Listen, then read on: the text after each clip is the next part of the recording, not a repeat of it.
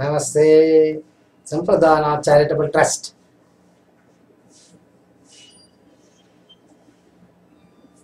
ಕರ್ನಾಟಕ ಚಿಕ್ಕಮಗಳೂರಿಂದ ಸ್ನೇಹಿತರೊಬ್ಬರು ಅವರ ಮನಸ್ಸಿನಲ್ಲಿ ಒಂದು ಅನುಮಾನ, ಡೌಟ್ ಬಂದ್ಬಿಟ್ಟಿದೆ. ಗುರುಗಳೇ, ಏಕಾಗ್ರತೆ ಮತ್ತೆ ಧ್ಯಾನ. ಏಕಾಗ್ರತೆ ಅಂದ್ರೆ ಏನು? ಧ್ಯಾನವು ಏಕಾಗ್ರತೆಯು ಒಂದೇನಾ? ನಿಮ್ಮ ವಿಡಿಯೋಗಳನ್ನ ನಾನು ಸುಮಾರು ಹೆಚ್ಚು ಕಮ್ಮಿ ಎಲ್ಲ ವಿಡಿಯೋಗಳನ್ನು ನಾನು ನೋಡ್ಬಿಟ್ಟಿದ್ದೀನಿ. ನೀವು ಹೇಳಿದಂಗೆ ಒಂದು ತೀರ್ಮಾನ ತಗೊಳ್ಳೋದ್ರ ಮೊದಲು ಎಲ್ಲ ವಿಡಿಯೋಗಳನ್ನು ಒಂದ್ಸತಿ ನೋಡಿ, ಯಾವ ವಿಡಿಯೋ ನಿಮಗೆ ಒಗ್ಗತ್ತೆ ಆ ವಿಧಾನವನ್ನ ಅಳವಡಿಸ್ಕೋಬೇಕು ಅಂತ ನೀವು ಹೇಳಿದ್ದೀರಾ. ಗುರುಗಳ ಮಾತಿಗೆ ತಕ್ಕಂತೆ ಎಲ್ಲ ವಿಡಿಯೋಗಳನ್ನು ನೋಡಿ ನಾನು ಯಾವುದೋ ಒಂದನ್ನ ಅಭ್ಯಾಸ ಮಾಡಬೇಕು ಅಂತ ನೆನೆಸಿದಾಗ ನನ್ನ ಮನಸ್ಸಲ್ಲಿ ಸುಮಾರು ಯೋಚನೆಗಳು ಬಂದ್ಬಿಟ್ಟಿದೆ, ಅನುಮಾನಗಳು ಬಂದ್ಬಿಟ್ಟಿದೆ. ನೀವು ಕೆಲವು ವಿಡಿಯೋದಲ್ಲಿ ಕ್ಯಾಂಡಲ್ ದೀಪದನ್ನ, ಕ್ಯಾಂಡಲ್ ಜ್ಯೋತಿಯನ್ನ ನೋಡು, ಮತ್ತೆ ಟಾರ್ಗೆಟ್ ಗೇಸಿಂಗ್ ಮಾಡಿ, ಆಕಾಶದಲ್ಲಿರುವ ಚಂದ್ರನ್ನ ದುರ್ಗುಟ್ಕೊಂಡು ನೋಡಿ, ಮತ್ತೆ ಕಣ್ಮುಚ್ಕೊಂಡು ಭಗವಂತನ ದೇಹವನ್ನ ತಲೆಯಿಂದ ಕಾಲ್ ತನಕ ಚಿತ್ರೀಕರಣ ಮಾಡ್ಕೊಂಡು ನೋಡಿ, ಜಪಮಾಲೆ ಹಿಡಿದು ಮಂತ್ರಗಳನ್ನ ಉಚ್ಚಾರಣೆ ಮಾಡಿ. ಈಗ ವಿಚಿತ್ರವಾಗಿ ನೀವು ಹಾಕಿರೋದು ನನಗೆ ಈಗ ಯಾವುದನ್ನ ಮಾಡಬೇಕು ಅಂತ ಗೊತ್ತಾಗ್ತಿಲ್ಲ. ಒಂದು, ಎರಡನೇದು, ಈ ಏಕಾಗ್ರತೆಯೇ ಧ್ಯಾನನ, ಧ್ಯಾನವೇ ಏಕಾಗ್ರತೆಯ? ಧ್ಯಾನ ಅಂದ್ರೆ ಏನು, ಏಕಾಗ್ರತೆ ಏನು? ಇದು ನನಗೆ ಕನ್ಫ್ಯೂಸ್ ಆಗ್ಬಿಟ್ಟಿದೆ ಗುರುಗಳೇ. ನೋಡಿ, ಈ ಪ್ರಶ್ನೆ ಉತ್ಪಾದನೆ ಆಗತ್ತೆ, ಉದ್ಭವ ಆಗತ್ತೆ ಅಂತಾನೆ ಗೊತ್ತಿಲ್ಲ. ತುಂಬಾ ಸಂತೋಷ. ನಿಮ್ಮ ಅನುಮಾನ ನೂರಾರು ಜನಗಳ ಮನಸ್ಸಲ್ಲಿ, ಸಾವಿರಾರು ಜನಗಳ ಮನಸ್ಸಲ್ಲಿ ಇರುತ್ತೆ. ಆದ್ರೆ ಅವರಿಗೆ ಕೇಳೋದಕ್ಕೆ ಸಂಕೋಚ ಇರುತ್ತೆ. ನೀವು ಮನಸ್ಸು ಬಿಟ್ಟು ಕೇಳಿದ್ದೀರಾ. ನಂಗೆ ತುಂಬಾ ಆನಂದ ಈ ತರ ಪ್ರಶ್ನೆಗಳಿಗೆ ಉತ್ತರ ಕೊಡಕ್ಕೆ. ಒಳ್ಳೆ ಅದ್ಭುತವಾದ ಪ್ರಶ್ನೆ. ಏಕಾಗ್ರತೆ ಬಗ್ಗೆ ನಾನು ಕೆಲವು ವಿಚಾರಗಳನ್ನ ನಿಮಗೆ ಇಲ್ಲಿ ತಿಳಿಸ್ತೀನಿ. ಏಕಾಗ್ರತೆ ಹೇಳೋದ್ರ ಮೊದಲು ಮನಸ್ಸಿನ ಬಗ್ಗೆ ಕೆಲವು ವಿಚಾರಗಳನ್ನ ನಾನು ತಿಳಿಸ್ಬೇಕು. ಈ ಮನಸ್ಸು ಹೇಗೆ ಅಂತಂದ್ರೆ, ಇದು ಕ್ಷಣ ಬದಲಾವಣೆ ಆಗ್ತಾ ಇರುತ್ತೆ. ನಿಮ್ಮ ಯೋಚನೆಗಳು, ಮನಸ್ಸಿನ ಯೋಚನೆಗಳು ಒಂದೇ ಇರೋದಿಲ್ಲ. ಕ್ಷಣ ಬದಲಾವಣೆ ಆಗ್ತಿರುತ್ತೆ. ಇವಾಗ ಬಂದಿರೋ ಯೋಚನೆ ಇನ್ನೊಂದು ಕ್ಷಣದಲ್ಲಿ ಹೋಗ್ಬಿಟ್ಟು ಬೇರೆ ಯೋಚನೆ ಬರುತ್ತೆ. ಅದು ನಾರ್ಮಲ್ ಆಗಿ ಕಾನ್ಶಿಯಸ್ ಲೆವೆಲ್ ಇದ್ದಾಗಲೇ ಕುಣಿತಾ ಇರುತ್ತೆ ಮನಸ್ಸು. ಇದು ಹೇಗೆ ಅಂದ್ರೆ, ಈ ನದಿ, ಗಂಗೆ ನದಿ ಹರಿಬೇಕಾದ್ರೆ ಹೇಗೆ ಅತಿ ವೇಗದಲ್ಲಿ ಬರುತ್ತೆ ನೀರು, ಆ ತರ ಈ ಮಿದುಳಿನ ಅಲೆಗಳು ಅದನ್ನ ಕಟ್ಟುಪಡಿಸೋದಕ್ಕಾಗೋದಿಲ್ಲ. ಮತ್ತೆ ಈ ಮಿದುಳಿನ ನೇಚರ್ ಏನು ಅಂತಂದ್ರೆ, ಒಂದಾ ಆಗೋಗಿರೋ ವಿಷಯಗಳು, ಸತ್ತೋಗಿರೋ ವಿಷಯಗಳು, ಇಲ್ಲ ನಡಿಬೇಕಾಗಿರೋದು, ಒಂದಾ ಪಾಸ್ಟ್ ಟೆನ್ಸು ಇಲ್ಲ ಫ್ಯೂಚರ್ ಟೆನ್ಸು. ಪಾಸ್ಟ್ ಅಥವಾ ಫ್ಯೂಚರ್, ಇದು ಎರಡರ ಬಗ್ಗೆ ಮಾತ್ರ ಅದು ತಲೆ ಹಾಕೊಂಡು ಯೋಚನೆ ಮಾಡ್ತಿರುತ್ತೆ. ಪ್ರೆಸೆಂಟ್ ಅಲ್ಲಿ ಇರೋದಿಲ್ಲ. ಪ್ರೆಸೆಂಟ್ ಅಲ್ಲಿ ಯಾವುದೋ ಒಂದು ಪಿಕ್ಚರ್ ನೋಡ್ತಿರ್ತೀರಾ, ಅಲ್ಲಿ ಕೂತಿರ್ತೀರ ಹೊರತು ಮನಸ್ಸಲ್ಲಿ ಇರಲ್ಲ. ಪ್ರೆಸೆಂಟ್ ಅಲ್ಲಿ ನಾನು ನಿಮ್ ಜೊತೆ ಮಾತಾಡ್ತಿರ್ತೀನಿ, ನಿಮ್ ಮನಸ್ಸು ನನ್ನ ಹತ್ರ ಇರಲ್ಲ, ನನ್ನ ಮನಸ್ಸು ನಿಮ್ಮ ಹತ್ರ ಇರಲ್ಲ. ಈ ಪ್ರೆಸೆಂಟ್ ಅಲ್ಲಿ ಈ ಮನಸ್ಸು ಯಾವಾಗ್ಲೂ ಇರೋದಿಲ್ಲ. ಅದು ಒಂದಾ ಪಾಸ್ಟ್ ಅಲ್ಲಿ ಇರುತ್ತೆ ಅಥವಾ ಫ್ಯೂಚರ್ ಅಲ್ಲಿ ಇರುತ್ತೆ. ಸರಿ, ಈ ಮನಸ್ಸು ಪ್ರೆಸೆಂಟ್ ಅಲ್ಲಿ ಇಟ್ಟಿರೋದೇ ಅಥವಾ ಪ್ರೆಸೆಂಟ್ ಅಲ್ಲಿ ಇರೋದನ್ನ ನೋಡೋದೇ ಧ್ಯಾನ. ಸೊ ಇದು ಈ ಕಾನ್ಸಂಟ್ರೇಷನ್, ಮನಸ್ಸನ್ನ ನೀವು ಪ್ರೆಸೆಂಟ್ ಅಲ್ಲಿ ಇಡಬೇಕು ಅಂತಂದ್ರೆ ಆ ಪಾಸ್ಟ್ ಮತ್ತೆ ಫ್ಯೂಚರ್ ಯೋಚನೆಗಳನ್ನ ತಡೆಗಟ್ಟಬೇಕು, ಅಡ್ಡ ಗೋಡೆ ಹಾಕ್ಬೇಕು. ಅದಕ್ಕೆ ಹೇಗೆ ಗೋಡೆ ಹಾಕ್ತೀರಾ? ನೀವು ಏನಾದ್ರು ಬೇರೆ ಒಂದನ್ನ ದುರ್ಗುಟ್ಕೊಂಡು ನೋಡ್ಬೇಕು. ಇದರಲ್ಲಿ ಎರಡು ತರ ಇದೆ. ಈ ಕಾನ್ಸಂಟ್ರೇಷನ್ ಅಂತ ಏನು ಹೇಳ್ತೀವಿ, ಏಕಾಗ್ರತೆ, ಇದು ಎರಡು ತರ ಇದೆ. ಒಂದು ಹೊರಗಡೆ ಇರೋ ಪದಾರ್ಥಗಳನ್ನ ನೋಡೋದು, ಏಕಾಗ್ರತೆಯಿಂದ ನೋಡೋದು, ಅಥವಾ ಒಳಮುಖದಲ್ಲಿ ಹೊರಗಡೆ ಇರುವ ಪದಾರ್ಥಗಳನ್ನ ಮತ್ತೆ ನಿಮ್ಮ ದೇಹದ ಒಳಗಡೆ ಇರೋ ಅಂಗಾಣಗಳನ್ನ ಚಿತ್ರೀಕರಣ ಮಾಡಿ ನೋಡೋದು. ಇದನ್ನ ವಿಜುವಲೈಸೇಷನ್, ಕ್ರಿಯೇಟಿವ್ ವಿಜುವಲೈಸೇಷನ್ ಅಂತ ಹೇಳ್ತಾರೆ. ಭಗವಂತನ ಈಗ ಶ್ರೀನಿವಾಸ ವೆಂಕಟಾಚಲಪತಿ ತಿರುಪತಿ ಶ್ರೀನಿವಾಸನ್ನ ಕಣ್ಣು ಮುಂದೆ ತಂದು ನೋಡೋದು, ವಿಜುವಲೈಸೇಷನ್ ಮಾಡೋದು, ಚಿತ್ರೀಕರಣ ಮಾಡೋದು. ಈಶ್ವರ ಹಿಮಾಲಯದಲ್ಲಿ ತಪಸ್ಸು ಮಾಡ್ತಿದ್ದಂಗೆ ವಿಜುವಲೈಸ್ ಮಾಡೋದು, ತಲೆ ಕೂದಲಿಂದ ಕಾಲ್ ತನಕ ಭಗವಂತನ ನೋಡೋದು. ಇದೊಂದು. ಈ ತರ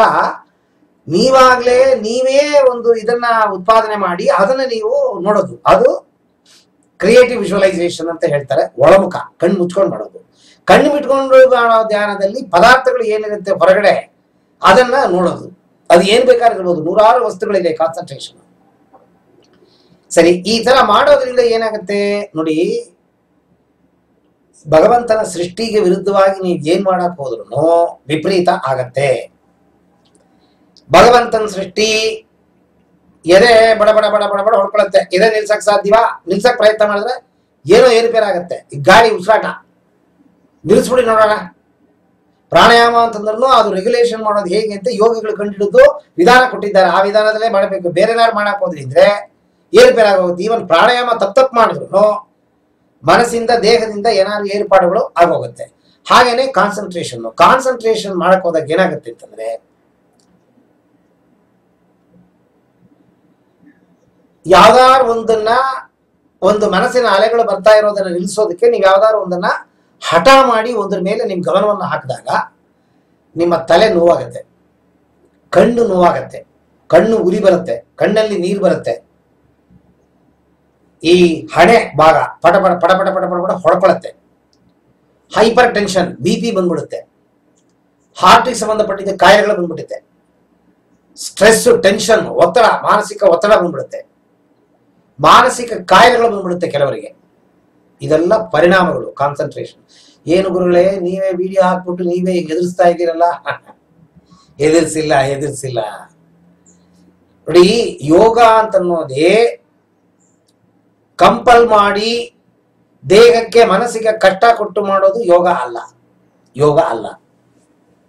ಯೋಗದಲ್ಲೂ ಯೋಗಾಸನಗಳೆಲ್ಲ ಹೇಳಿಕೊಡ್ತಾರಲ್ಲ, ಯೋಗ ಪಟುಗಳು ಇರ್ತಾರ ನೋಡಿ, ಮಾಡ್ತಾರ ನೋಡಿ, ಅವ್ರು ಮಾಡೋ ಹಂಗೆ ನೀವು ಕಲಿಯೋರು ಮಾಡಕ್ ಸಾಧ್ಯವಿಲ್ಲ. ಅವ್ರು ಮಾಡೋ ಹಾಗೆ ನಾನು ಮಾಡ್ತೀನಿ ನೀವೇನಾದ್ರೂ ಹಠ ಮಾಡಿ ಮಾಡಕ್ ಹೋದ್ರಿಂದ ಒಂದ ಮೂಳೆ ಮುರಿದೋಗುತ್ತೆ, ಇಲ್ವಾ ನರಗಳು ಹಿಡ್ಕೊಂಡ್ಬಿಡುತ್ತೆ, ಟ್ವಿಸ್ಟ್ ಆಗೋಗುತ್ತೆ, ಉಳುಕ್ಬಿಡುತ್ತೆ, ಏನಾರು ಹೆಚ್ಚು ಕಮ್ಮಿ ಏರ್ಪೇರ್ ಆಗೋಗುತ್ತೆ. ಮಾಡಬಾರ್ದು. ಕಂಪಲ್ ಮಾಡಿ ಮನಸ್ಸಿಗೆ ದೇಹಕ್ಕೆ ವಿರುದ್ಧವಾಗಿ ಯಾವ ಕೆಲಸಗಳನ್ನು ಮಾಡಬಾರದು. ಕಾನ್ಸಂಟ್ರೇಷನ್ ಸಹಜವಾಗಿ ನಿಮಗೆ ಕಾನ್ಸಂಟ್ರೇಷನ್ ಮಾಡಕ್ ಆಗದ್ರೆ ಮಾತ್ರ ಮಾಡಬೇಕು. ಹಠ ಹಿಡಿದು ಅದನ್ನ ತಗೊಂಡೋಗ್ಬಿಟ್ಟು ಆ ಜಾಗೃತನ ತುಕ್ಕಾಕ್ ಹೋದ್ರೆ ಈ ಪರಿಣಾಮಗಳೆಲ್ಲ ಆಗತ್ತೆ. ಸೊ ಹಾಗಾಗಿ ಕಂಪಲ್ಷನ್ ಇಂದ ಯಾವುದನ್ನ ಮಾಡಿದ್ರು ತೊಂದರೆ ಆಗತ್ತೆ, ಮಾಡಬೇಡಿ. ಅದಕ್ಕೆ ನೇರ ವಿರುದ್ಧ ನೀವು ಧ್ಯಾನ ಮಾಡಿದಾಗ ಧ್ಯಾನದಲ್ಲಿ ಏನು ಮಾಡಲ್ಲ. ಧ್ಯಾನ ಅಂದ್ರೆ ಏನು ಮಾಡದೆ ಕುಳಿತಿರೋದೇ ಧ್ಯಾನ. Doing nothing is meditation. ಹಂಗಂದ್ರೆ ನಿಮ್ಮ ಮನಸ್ಸಿನ ಅಲೆಗಳು ಏನೇನು ಬರ್ತಾ ಇರುತ್ತೆ ಆ ಮನಸ್ಸಿನ ಅಲೆಗಳನ್ನು ನೋಡ್ತಾ ಇರ್ಬೇಕು ನೀವು. ನಾನು ನಿಮಗೆ ಸುಮಾರು ವಿಡಿಯೋಲಿ ಹೇಳಿದ್ದೀನಿ. ಕ್ರಿಕೆಟ್ ಮ್ಯಾಚ್ ಅಲ್ಲಿ ನೀವು ನೋಡಕ್ ಹೋಗಿದ್ದೀರಾ ಟಿಕೆಟ್ ತಗೊಂಡು, ಅವ್ರು ಆಡ್ತಾರೆ, ನೀವು ನೋಡ್ಬೇಕೇ ಹೊರತು ಅವ್ರ ಹತ್ರ ನೀವು ಹೋಗಕ್ ಸಾಧ್ಯವಿಲ್ಲ. ಅಂಪೈರ್ ಆಗಿ ನೀವಾಗಕ್ ಸಾಧ್ಯವಿಲ್ಲ. ಏನಿದ್ರು ಆ ಗೇಟ್ ಹಾಕಿದ್ದಾರೆ ಅದ್ರ ಒಳಗಡೆ ಕೂತ್ಕೊಂಡು ನೀವು ನೋಡ್ಬೇಕಟ್ಟೆ, ನಿಮಗೆ ಅಥಾರಿಟಿನೇ ಇಲ್ಲ. ಅದೇ ಮೆಡಿಟೇಷನ್. ಈ ಮನಸ್ಸಿನಲ್ಲಿ ನೂರಾರು ಅಲೆಗಳು ಬರ್ತಾ ಇರುತ್ತೆ, ಅದನ್ನ ನೀವು ನೋಡ್ತಾ ಇರ್ಬೇಕು ಅಷ್ಟೇನೆ. ನೋಡಿ, ಮೂರಿದೆ ಈ ಧ್ಯಾನದಲ್ಲಿ. ಮನಸ್ಸಿನ ಅಲೆಗಳನ್ನ ನೀವು ಕಟ್ಟುಪಡಿಸಬಾರದು. Don't control the thought.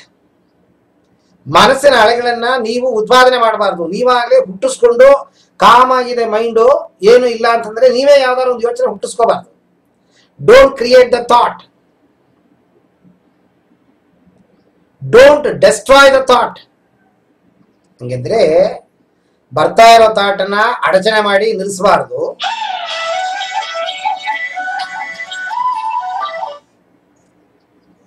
ಬರ್ತಾ ಇರೋ ಥಾಟನ್ನ ನಿಲ್ಲಿಸಬಾರ್ದು. ನೀವಾಗೇ ಥಾಟ್ಗಳನ್ನ, ಯೋಚನೆಗಳನ್ನ ಹುಟ್ಟಿಸ್ಕೋಬಾರ್ದು. ಮತ್ತೆ ಯಾವ ಥಾಟನ್ನು ಹಾಳು ಮಾಡಬಾರ್ದು. ಇದು ಮೂರನ್ನ ನೀವು ಫಾಲೋ ಮಾಡಿದ್ರೆ ಧ್ಯಾನ. ಹಂಗಂದ್ರೆ ಏನ್ ಮಾಡ್ಬೇಕು? ನಿಮ್ಮ ಮುಂದ್ಗಡೆ ಏನೋ ಓಡ್ತಾ ಇದೆ, ನಡೀತಾ ಇದೆ, ನೋಡ್ತಾ ಇರ್ಬೇಕು. ಅದು ಹೆಂಗ್ ಗುರುಗಳೇ ಸಾಧ್ಯ? ಅದು ಎಷ್ಟೊತ್ತು ನೋಡ್ತೀರಾ? ನೋಡಿ, ಒಂದು ಸಣ್ಣ ಎಕ್ಸಾಂಪಲ್ ಹೇಳ್ತೀನಿ. ಗಂಗೆ ನದಿ ಹಿಮಾಲಯದಲ್ಲಿ ಹುಟ್ಟಬೇಕಾದ್ರೆ ಪ್ರವಾಹ ತರ ಕರೆಂಟ್, ವಿಪರೀತ ಕರೆಂಟ್ ಫೋರ್ಸ್ ಅಲ್ಲಿ ಬರುತ್ತೆ. ಅದೇ ನೀರು ಈ ಕಲ್ಕತ್ತಾ ಮುಟ್ಟತ್ತೆ ನೋಡಿ, ಈ ನದಿ ಹತ್ರಕ್ಕೆ ಬಂದಾಗ ಕಾಮಾಗಿ ನಿಧಾನಕ್ಕೆ ಹರಿತಾ ಇರುತ್ತೆ. ಅಲ್ಲಿ ನದಿ ಹರಿತಿದೆ ಅಂತ ಅನ್ನೋದೇ ಗೊತ್ತಾಗಲ್ಲ, ನೀರಿದೆ ಅನ್ನೋದು ಗೊತ್ತಾಗತ್ತೆ, ಆದ್ರೆ ನೀರ್ ಹರಿತಾ ಇದೆ ಅನ್ನೋದೇ ಗೊತ್ತಾಗಲ್ಲ. ಆ ತರ ಈ ಥಾಟ್ ಹುಟ್ಟಿದಾಗ ನೀವು ಅದನ್ನ ಕಂಟ್ರೋಲ್ ಮಾಡಕ್ ಹೋದಾಗ ವಿಪರೀತ ಆಗುತ್ತೆ. ಇಲ್ಲಿ ಅಡ್ಡ ಮಾಡಕ್ ಹೋದ್ರೆ ಆ ಕಡೆ ಬರುತ್ತೆ, ಆ ಕಡೆ ಮಾಡಕ್ ಹೋದ್ರೆ ಈ ಕಡೆ ಬರುತ್ತೆ. ತುಂಬಾ ವಿಪರೀತ ಮಾಡಕ್ ಹೋದ್ರಿ ಅಂತಂದ್ರೆ ನದಿನಲ್ಲಿ ಹೇಗೆ ನಿಮ್ಮನ್ನದು ಪ್ರವಾಹ ಎಳ್ಕೊಂಡು ಹೊಟ್ಟೋಗುತ್ತೆ, ನೀರಲ್ಲಿ ಸುಳಿ, ಆ ತರ ನಿಮ್ಮ ಥಾಟು ನಿಮ್ಮನ್ನ ಎಳ್ಕೊಂಡು ಹೊಟ್ಟೋಗುತ್ತೆ. ನೀವು ಯಾವ ಥಾಟ್ ಜೊತೆ ಹೋಗ್ಬಾರ್ದು ಅಂತ ಮನ್ಸು ಮಾಡಿರ್ತೀರಾ, ಆ ಥಾಟ್ ಜೊತೆ ಹೋಗಂಗಾಗೋಗುತ್ತೆ. ಈ ಸಣ್ಣ ಅಭ್ಯಾಸ ಅಷ್ಟೇನೆ. ಇನ್ನೊಂದು, ಈ ಮೆಡಿಟೇಷನ್ ನಲ್ಲಿ ಸೆಲ್ಫ್ ರಿಯಲೈಸೇಷನ್ ಆಗತ್ತೆ. ಈ ಥಾಟ್ಗಳು ಬರುತ್ತೆ ನೋಡಿ. ಈ ಥಾಟ್ ಅನ್ನೋದೇನು? What is a thought? ಪೂರ್ವ ಜನ್ಮದ ಕರ್ಮ ಫಲಗಳು ಏನಿತ್ತು ಅದೆಲ್ಲ ನಿಮಗೆ ಬೌನ್ಸ್ ಆಗಿ ಬರ್ತಾ ಇರುತ್ತೆ. ಅದನ್ನ ಮಾಡು ಮಾಡು ಮಾಡು ಅಂತ ಹೇಳ್ತಾ ಇರುತ್ತೆ. ಒಂದು. ಎರಡನೇದು, ದಿನನಿತ್ಯದಲ್ಲಿ ನೀವೇನು ಕೆಲಸಗಳು ಮಾಡಬೇಕು ಅಂತ ಟಾರ್ಗೆಟ್ ಹಾಕೊಂಡಿರ್ತೀರಾ, ಅದು ಯಾವಾಗ ನೆರವೇರೋದಿಲ್ಲ, ಅದನ್ನ ಮಾಡಬೇಕು ಅಂತ ಅನ್ನೋದಕ್ಕೆ ಥಾಟ್ ಬರ್ತಾ ಇರುತ್ತೆ. ಇನ್ನೊಂದು, ನಿಮ್ಮ ಒಳ ಆಳದಲ್ಲಿ, ನಿಮ್ಮ ಮನಸ್ಸಿನಲ್ಲಿ ನಿಮ್ಮ ನೇಚರ್ ಏನಿದೆ ಅದು ಥಾಟ್ ಆಗಿ ಬರ್ತಾ ಇರುತ್ತೆ. ಸೊ ಈ ಥಾಟ್ ಅನ್ನು ಅಬ್ಸರ್ವ್ ಮಾಡಕ್ ಹೋದಾಗ ಏನಾಗುತ್ತೆ ಅಂತಂದ್ರೆ, ನಿಮ್ಮ ಬಗ್ಗೆ ನೀವು ತಿಳ್ಕೋಬಹುದು. ನನ್ನಲ್ಲಿ ಈ ಮೈನಸ್ ಇದೆ, ನನ್ನಲ್ಲಿ ಈ ಪ್ಲಸ್ ಇದೆ, ಇಲ್ಲಿ ಕಮ್ಮಿ ಮಾಡಬೇಕು, ಇಲ್ಲಿ ಜಾಸ್ತಿ ಮಾಡ್ಕೋಬೇಕು ಅಂತ ಅನ್ನೋದು ನಿಮಗೆ ಗೊತ್ತಾಗುತ್ತೆ. ಅರಿವು, ಇಂಟ್ಯೂಷನ್. ಅದು ಕಾನ್ಸಂಟ್ರೇಷನ್ ಅಲ್ಲಿ ಬರಲ್ಲ. ಯಾಕೆಂದ್ರೆ ಕಾನ್ಸಂಟ್ರೇಷನ್ ಸಪ್ರೆಸ್ ಮಾಡ್ತೀವಿ ಥಾಟನ್ನ. ಬರ್ತಾ ಇರೋ ಥಾಟ್ಗಳನ್ನ ಹಠ ಮಾಡಿ ನಿಲ್ಲಿಸಿ ಒಂದ್ರ ಮೇಲೆ ಹಾಕ್ತಿವಿ, ಬೇರೆ ಒಂದ್ರ ಮೇಲೆ. ಸೊ ಅದರಿಂದ ಇದೆಲ್ಲ ಗೊತ್ತಾಗಲ್ಲ ನಿಮಗೆ. ಸೆಲ್ಫ್ ರಿಯಲೈಸೇಷನ್ಗೆ ಜಾಸ್ತಿ ಪ್ರಾಮುಖ್ಯತೆ ಕೊಡೋದು ಧ್ಯಾನ. ಇನ್ನೊಂದು, ಧ್ಯಾನದಲ್ಲಿ ಸೈಡ್ ಎಫೆಕ್ಟ್ ಇಲ್ಲ. ಧ್ಯಾನ ಮಾಡೋ ಮಾಡೋ ಮಾಡೋ ಮಾಡೋ ದೇಹದಲ್ಲಿ ವಿಪರೀತ ಚೇಂಜಸ್ ಆಗುತ್ತೆ. ಮಾನಸಿಕ, ದೈಹಿಕವಾಗಿ ಬೇಕಷ್ಟು ಬದಲಾವಣೆಗಳಾಗುತ್ತೆ. ಪಾಸಿಟಿವ್ ಆಗಿ, ನೆಗೆಟಿವ್ ಅಲ್ಲ. ರೋಗಗಳೆಲ್ಲ ಹೊಟ್ಟೋಗುತ್ತೆ, ದೇಹದಲ್ಲಿರೋ ನೋವುಗಳು ಹೊಟ್ಟೋಗುತ್ತೆ, ಮಾನಸಿಕ ಒತ್ತಡ ಹೊಟ್ಟೋಗುತ್ತೆ. ತುಂಬಾ ಪ್ಲಸ್ ಪಾಯಿಂಟ್ಗಳಿದೆ ಧ್ಯಾನದಲ್ಲಿ. ಸೊ ಹಾಗಾಗಿ ಧ್ಯಾನ ಮಾಡೋದು ಕಷ್ಟ ಆದ್ರೂ, ಸ್ವಲ್ಪ ದಿನ ಹಿಡಿದ್ರು, ಅದರ ಧ್ಯಾನದಲ್ಲಿ ವಿಪರೀತ ಬೆನಿಫಿಟ್ ಇದೆ. ಕಾನ್ಸಂಟ್ರೇಷನ್ ಅಲ್ಲೂ ಬೆನಿಫಿಟ್ ಇದೆ. ಕಾನ್ಸಂಟ್ರೇಷನ್ ಕಂಪಲ್ ಮಾಡಿ ಹಠ ಮಾಡಿ ಮಾಡಬಾರ್ದು. ತಿಳ್ಕೊಂಡಿದ್ದೀರಲ್ಲ? ವಿಪರೀತ ಕಾನ್ಸಂಟ್ರೇಷನ್ ಮಾಡಿ ಇಲ್ಲದೆ ಇರೋ ತಾಪತ್ರಗಳಿಗೆ ಸಿಗಾಕೊಂಡು ನಿಮ್ಮನ್ನು ನೀವು ಹಾಳು ಮಾಡ್ಕೋಬೇಡಿ. ಧ್ಯಾನ ಅಂತ ಅನ್ನೋದು ಏನು ಮಾಡದೆ ಕೊಡ್ತಿರೋದು, ಅದರ ಬಗ್ಗೆ ನಾನು ಸುಮಾರು ವಿಡಿಯೋಗಳು ಕೊಟ್ಟಿದ್ದೀನಿ. 1-2 ಸತಿ ವಿಡಿಯೋನ ನೋಡಿ. ಏನಾರು ಅನುಮಾನ ಆಯ್ತು ದಯವಿಟ್ಟು ನಂಗೆ ಕಾಲ್ ಮಾಡಿ. ತಪ್ಪು ಮಾಡಿ ಯಾವ ತಾಪತ್ರಯಕ್ಕೂ ಸಿಗಾಕೋಬೇಡಿ.